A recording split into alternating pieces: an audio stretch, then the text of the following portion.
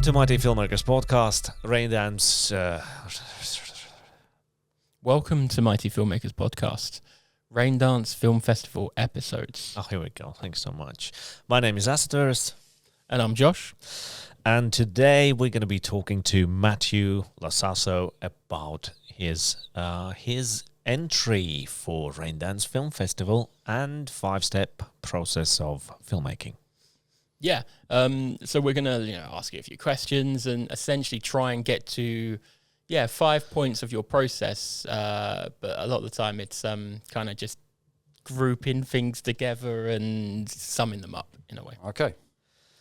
Okay, can you tell us a little bit more about yourself and about the project you're screening at Raindance? Okay. It's a long story. There's a lot to say. And I've been a director for some time. I've always wanted to make a feature. That's what I wanted to be, a director. I've been lucky enough to direct incredible things all around the world with great toys, because I've been working on commercials and promos for the BBC. And with great actors as well. So, the BBC would get me in if they had a drama and they didn't want to show the footage, it wasn't good enough, and they wanted me to shoot with the actors. I'd shoot a small sequence and we'd get some, I can't say how privileged I was to be able to do that kind of stuff and learn the trade, I suppose, by doing that. So, what was your question again? Sorry. What do you want to say? I don't know.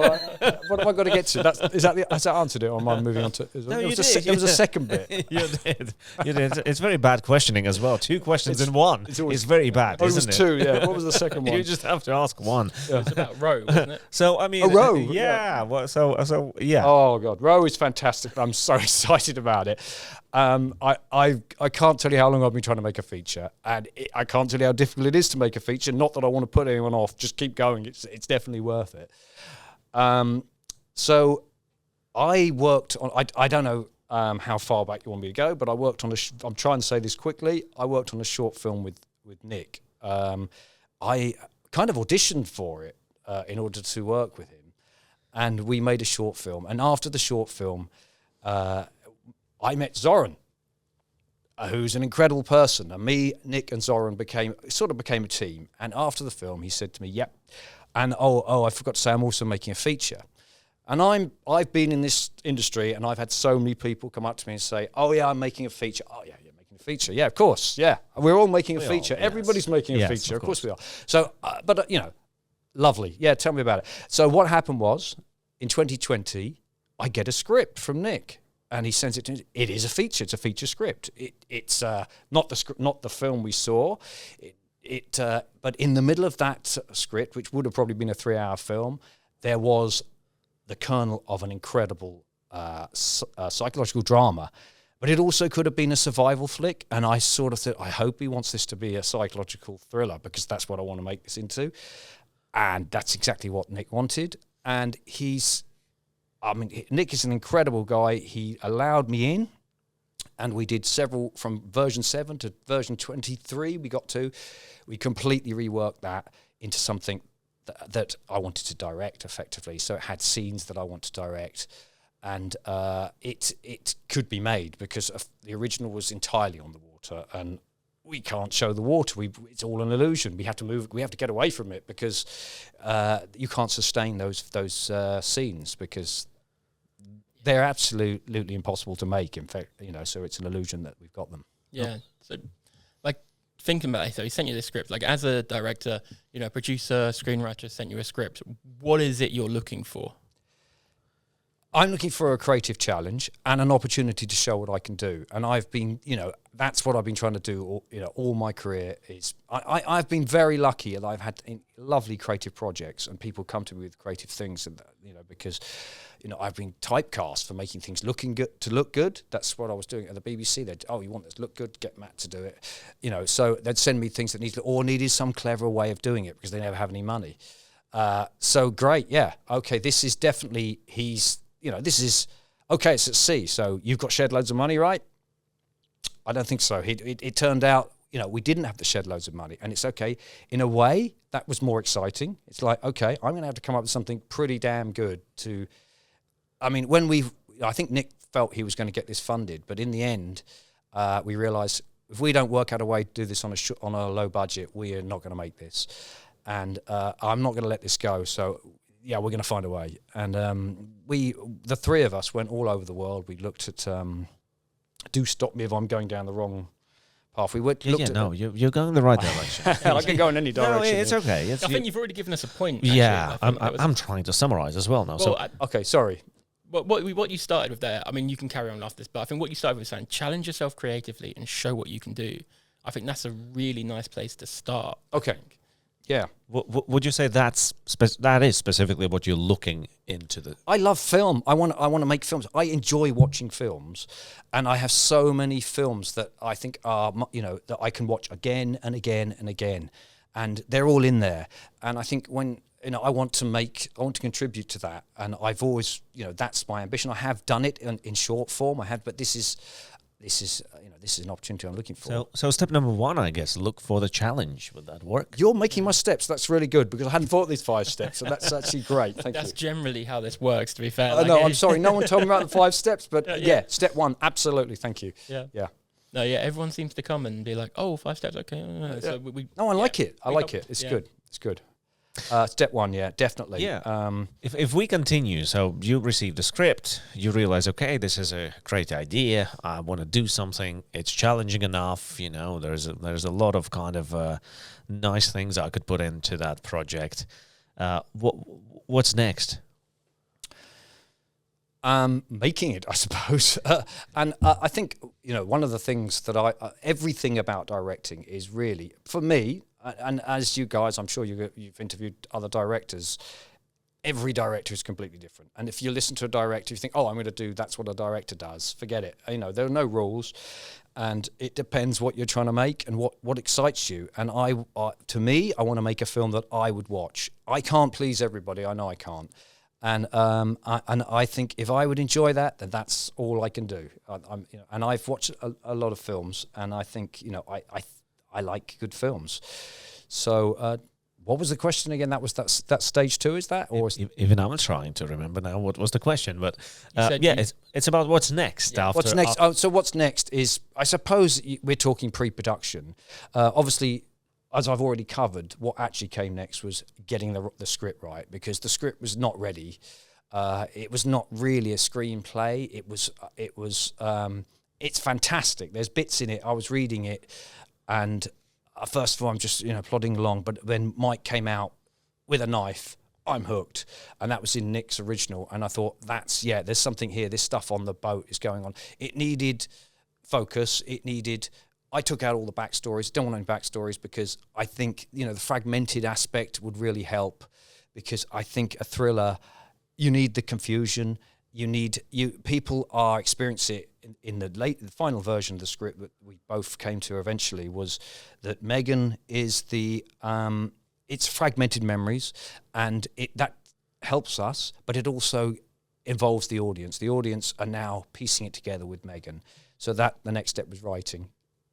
So, okay, would you say it's important to you as a director to be able to be part of script writing process and remolding it?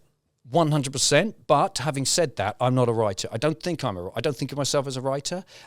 In this instance, I'm interested in the staging, and I wanted to restage the whole thing. Every scene has to be staged, so it unfolds in a way that holds the audience in, and that's what I was concerned with in the writing, and also making it practical to film, because I think it was very ambitious. It's still very ambitious, but it was even more ambitious. We had big ships coming in and saving them several times.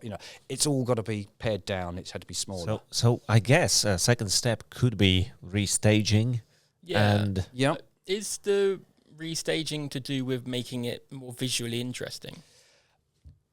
Definitely, that's a part of it. I think for me, it's finding the things I want to direct, and it's finding the characters. I really needed to understand the characters. I needed to make distinct characters, make them more distinct, and because I'm pushing on now to the third stage, but the third stage is casting, and if you don't understand the characters, you're not going to be able to cast them, and and working a process.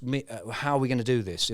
How are we going to work together? When you work with other creative people, Nick's pulling it one way, I'm pulling it another way, and that can be destructive or constructive. In this case, it was quite a good push and pull that got to a place which was, I think he would pull me in one way, I'd pull in until we got something that we were both happy with. Nothing goes on the page unless we're both happy with it. And I think in this instance, it was a great harmony of writing because I knew what I'm concerned with. I wanted to get staging, which is stage 2 of your steps. Yes, of your steps. Of my 100% my steps. I'm going to use these 5 rules on my next film. Go for it. And we want to see it as well. Yeah, we want to see it, and then we'll discuss. Does it work or it doesn't? Okay, so you're saying you're restaging. You're kind of working out how you're going to show it in the most effective way as well, and then you have casting process. And how big is the casting process for you? And are you a director who basically allows casting to happen somewhere kind of on the side? Well, that's a very good question. And I think if you are talking to filmmakers, you cannot stress the importance of casting. It cannot be understated ever. And if you want a good performance, it's 90% casting, possibly more. But in this instance, there was a lot that happened out on set, which I hope we get onto, which gets us the performance. But yeah, so I am hands-on in casting. I want to see people in the flesh, if possible. Obviously, I had Thomas, who is my casting agent, who I've worked with before, and he is brilliant. I trust him. He's going to narrow stuff down.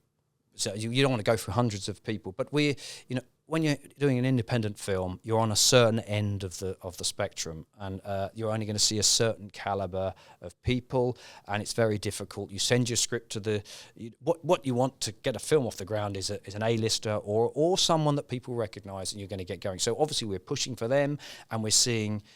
For me, I want someone who is creative and is going to add to the role and inhabit the role, and I don't care whether they're famous or not famous. If they look right and they're talented and they're a creative person that I can work with, that's worth a million A-listers.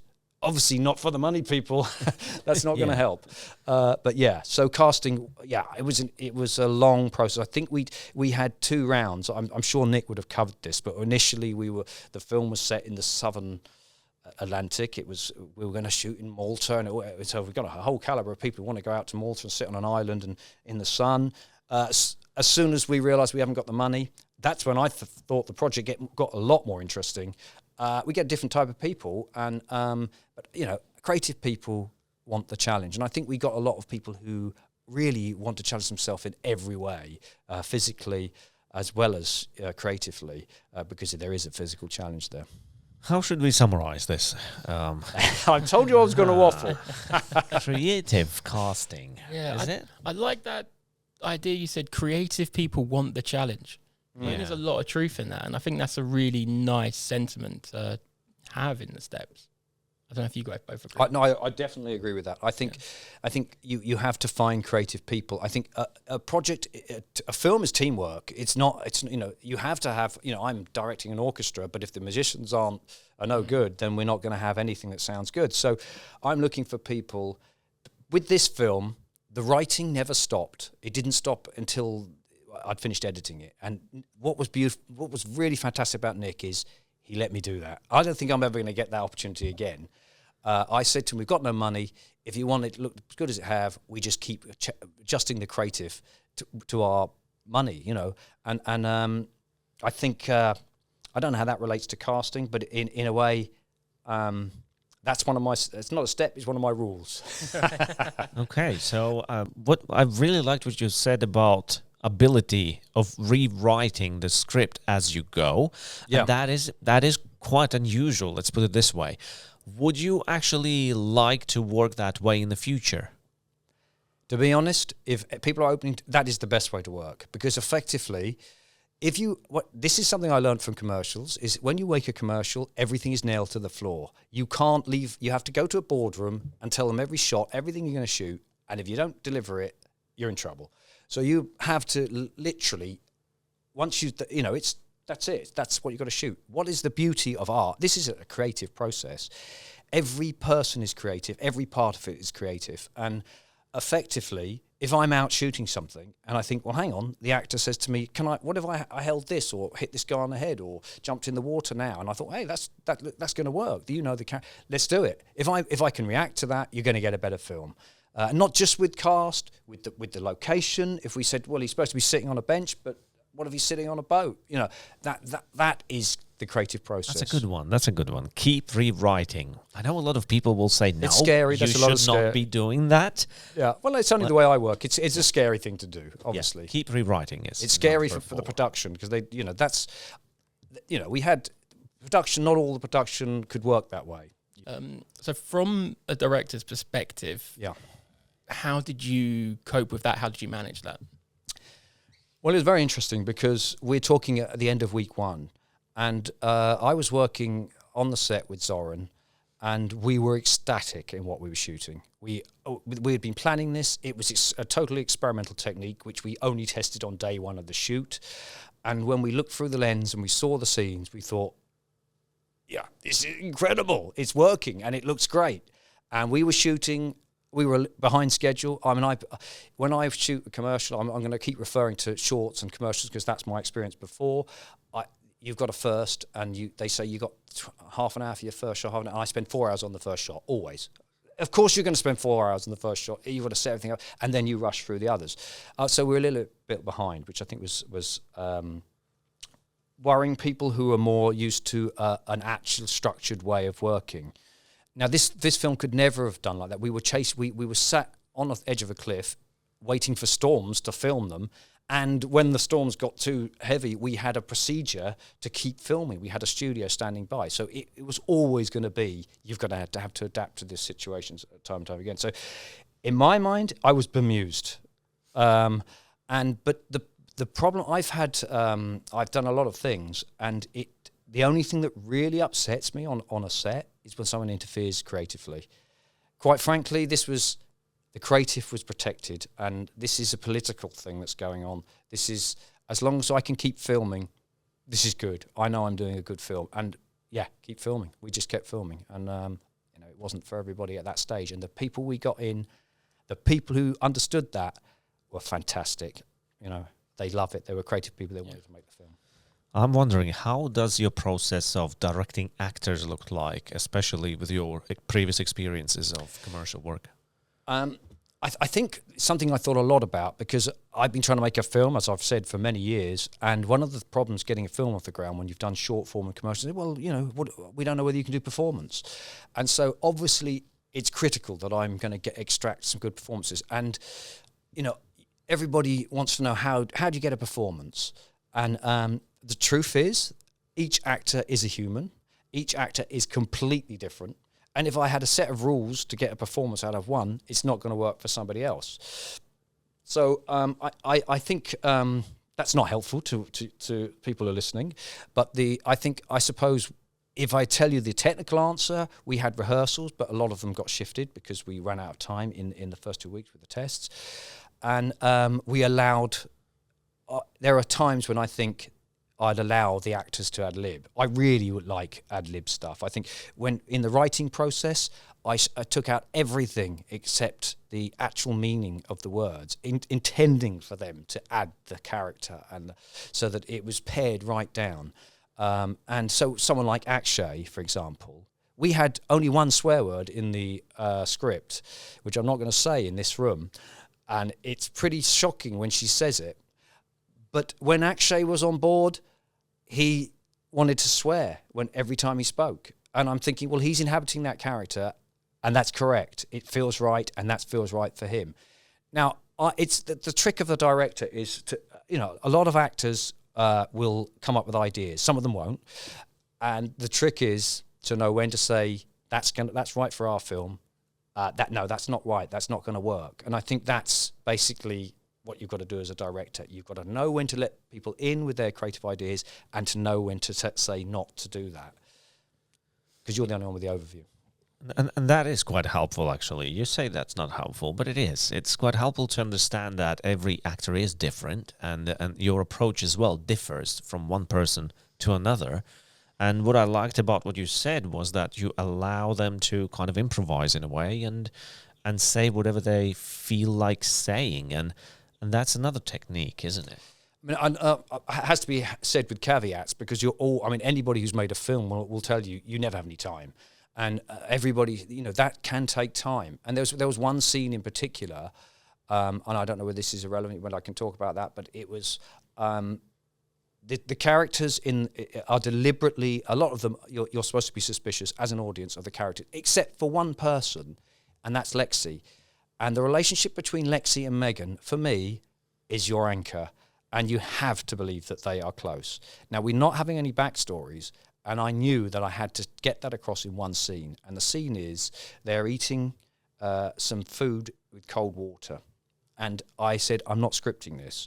We're not doing this. And this was difficult because although the actors I was blessed with two incredible actors for this scene, Sophie and Bella.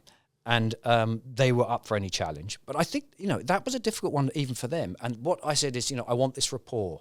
And we did several takes of them completely ad-libbing. And a lot of time, it works. Some of it doesn't work. And they said, is this working? And I said, yeah, it's working. Keep going. It's great. Yeah, more. And we shot. And there's also time. We're up against time. And that's how we created the scene. From several takes, and in the edit, I could build something that I felt was truthful. But that's not how all the scenes can go, because other scenes, they're driving a narrative, they cannot ramble, they can't, And hopefully these are helpful and pointers to every project's different, but this is a kind of approach. Yeah, I think they are. And I think you said something a little moment before about, knowing which creative ideas to take from other people. Like, I think, do you have any sort of process for that filter? That's a very good question. It's actually quite difficult to answer because it's an intuition, I suppose, but it's also, as I said earlier, I can only make what I like, and I think I have to. Anybody, I'm going to say something that may not be true to other directors, but I'm sure most directors have kind of imagined the film in their head, the finished film. And I suppose if you don't have a clear idea of what the film is, nobody is going to, because you are the director. And I think if it goes away from that, maybe that's the only way I can answer that. I don't know if that makes any sense. Like have a vision. Yeah, have some vision. And it's okay if you have. I mean, some things are, you think, okay, that's a complicated scene. I don't quite know how that's going to work, because one of the other things is spontaneity. It's sort of what I was referring to before. If you do have, we've got to shoot this close up here, that, and then you're not going to have spontaneity in the film. You're going to have, that's what you're going to get. You're going to get textbook film. And I think, you can have a vision, but sometimes it's okay to go into a scene and think, let's work the scene now, as long as you have a backup. For me, the script and in some cases a storyboard is your fallback plan. It's not actually what you're going to shoot if in the ideal world, but of course sometimes there's no time. Shoot the board. Yeah. So is that quite a few? Like have a vision but be flexible. Then there's also like be flexible but have a backup plan. Like it's. I'm making it difficult for you guys. I'm sorry. I'll so help we you. like it. It keeps us awake. Shall we say? Yeah. Shall we say it's about? It's all mind games. Yeah, it's about being flexible with a backup, or being. Being flexible but have a backup. I think that's quite. Would that be the way I think you be open to ideas, but make sure you. If someone says, so for example, if an actor turns up and you think, oh great, we're going to ad-lib this, and they say, no, they look terrified, and they say, well, just tell me what to say, I don't know what to do. Some actors just want to be told. Obviously, if you cast correctly, you shouldn't have those actors, but some actors just, well, actually, even good actors, sometimes they just want to know what to say, because that's the role of the director. And so, be prepared to say, okay, don't experiment, I just do this, and act it out for them, show them what they've got to do. If that's what they need to be spoon-fed, then do it that way, and that's sometimes what they need. Looking at your process and going through directing, prep, obviously, and then the last kind of point is post-production. Yeah. So, and you did say already that even through post-production, the rewriting is happening and so on and on. How involved are you in post-production as a director? So I'm going to go back a few steps because I am coming back to that. But basically, I'm over everything. And I don't know whether I feel that's my role, and I mean everything. And so, for example, when we're out at sea, they're thinking, okay, we've got to get orange suits because we're going to be looking at nothing. We've got to get a brightly coloured boat, and I'm designing the boat, whatever, before we get going. So post-production, yeah, I'm over the post-production. So I ended up editing this film, but that was out of expedience. But I always secretly wanted to edit it. Of course I did. I'm an editor. I work as an editor as well as a director, but mainly short form. So obviously this is, to convince people that I can edit a feature is a difficult thing to do. So I had hoped that we'd have the backup of another editor and I would work, but I work on Premiere and I'd be bringing things in. And it turned out, surprise, surprise, there's no money for the So I was more than happy to, I'll try this on my Mac. So I'm stuck in a room for 6 months and it's bliss. And as far as I'm concerned, the whole process starts again. Whatever we shot, whatever's down, I don't care. I'm going to make a film. I'm making a film from scratch. And the edit was absolutely, it's as intense for me as every other part. And it's fantastic because you've got all this fantastic stuff. I thought we'd have the boat and we could carry on shooting in the end because, again, he had to sell the boat. We didn't have the money to carry on. So I had to, okay, with the scenes we haven't got, I'm going to have to sort this out in the edit now. But that's what I like. I love that creative challenge. And I've got a background in post. I was cutting things out. So we only had half a day on the actual sea. And we didn't have enough wides. But it suddenly occurred to me, if I have the right people in the boat, I can cut to any wide. So I'm cutting out from the the mids, and putting the people in the boat. So you can cut to wides in any scene and then go back. The storms, all of the storm stuff, it's quite tame looking, and I'm twisting them higher, adding more layers of so yeah, I'm posting it. You guys probably use things like Premiere. What now? You can do everything. You can literally. I sat for years in different post houses when I first started. You'd go to an editor. You'd go and I was shooting on celluloid film. You'd go and TK the rushes. Then you'd go to a post house to do the post. You'd go to sound guys, which incidentally we did do for this. Of course, we had an incredible sound designer, Carl, at the Edit in Brighton, and you'd go. Each of these were individual things. What's fascinating now for young people is all of that is there, all of it. So even if you don't use what you're doing in the offline, you can try out everything. And I was able to create shots we hadn't even shot, which is fantastic. For this movie, you did end up in post-production, but would you say that's something you would like to keep full control of in the future, or you would most likely give it away? I don't want to be doing, the painting out of lights, if that's what you mean.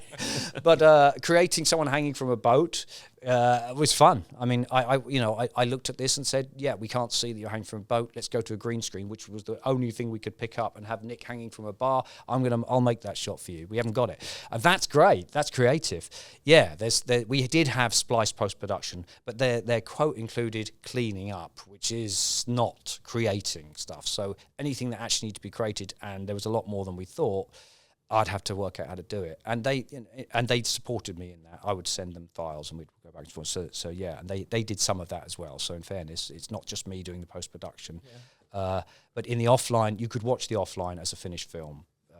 And that's what I intended. So everything worked. You could see everything. There was no bits of green. We don't use green screen. Yeah, wow. It really did rewrite the film in the edit then. It really sounds like you... Well, it's not rewriting. It's continuing. The process is always continuing. And that included, I think a third of the dialogue is left, actually. Right.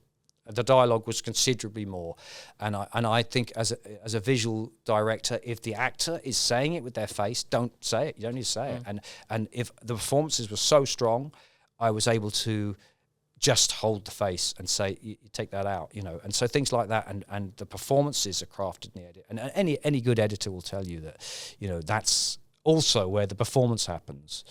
Again, we rework the performance. Sounds great. Sounds great, and the process is as well quite unique, I have to say, for this movie. And we just had a pretty packed sort of episode with quite a unique sort of approach. Thank you so much for joining us. Thank you, and thank you so much for letting me waffle on about that, because it's my favourite subject. So we really hope we'll see not only this movie, but we'll see a next one, and then the next one, and the next one. Kind. So hopefully that's the beginning for you. I hope the same, and I hope to be back here again talking to you guys about another movie. That would be amazing, wouldn't it? Yeah, yes, and you know what? And then we'll see how your process changes. Yes. Yeah. Each film will be different, I hope. Thank you very much, guys. That's very nice of you to interview me. Thank you for coming. Cheers.